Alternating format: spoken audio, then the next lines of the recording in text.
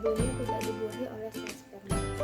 Keluarnya darah menstruasi ini biasanya mencapai 20-60 cc atau 10-80 ml, rata-rata 35 ml per hari. Nah, biasanya menstruasi ini lamanya rata-rata 2-7 hari. Jadi pada wanita. Nah, selanjutnya saya akan menjelaskan mengenai siklus menstruasi.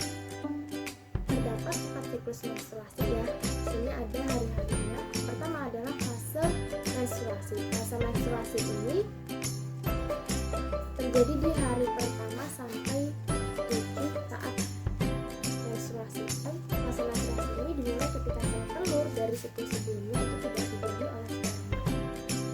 Nah, tidak dibuahi oleh sperma, akhirnya kadar hormon estrogen dan progesteron ini menurun yang menyebabkan lapisan dinding endometrium ini beserta sel telur buruk. Nah, biasanya pada fase menstruasi ini wanita itu mengalami gejala seperti bed mood, nyeri pinggang, nyeri perut, kemudian lebih suka marah dan macam-macam. Karena apa? Karena hormon estrogen dan progesteronnya itu menurun. Nah, selanjutnya yang kedua adalah fase praovulasi atau juga disebut fase follicular. Ini terjadi di hari ke-7 sampai ke-13, di mana terjadi sekresi hormon FSH oleh kelenjar hipofisis anterior. Nah, meningkatnya hormon FSH ini memicu indung telur itu menghasilkan 5-20 kantong folikel.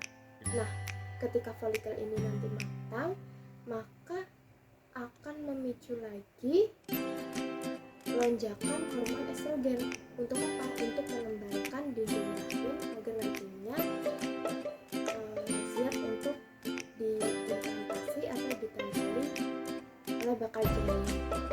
Nah, dan juga lapisan rahim yang tebal ini untuk kondisi menciptakan lingkungan yang kaya akan nutrisi buat embrio nantinya. Nah, kemudian ada setelah fase praovulasi ini ada fase ovulasi, itu terjadi di hari ke-14. Nah, di mana ini juga disebut dengan masa-masa subur. Nah, ini ya, jadi terjadi sekresi hormon LH oleh kelenjar hipofisis anterior yang memicu ovulasi melepas oosis, memicu ovulasi yang melepaskan sel telur yang siap dibuahi oleh sel sperma. Nah, kemudian yang keempat ini adalah fase luteal. Fase luteal ini adalah bisa disebut fase pasca ovulasi, di mana ini saat folikel melepaskan telurnya, maka dia nanti akan berubah menjadi corpus luteum. Bentuknya berubah ya menjadi corpus luteum yang melepaskan hormon estrogen dan progesteron.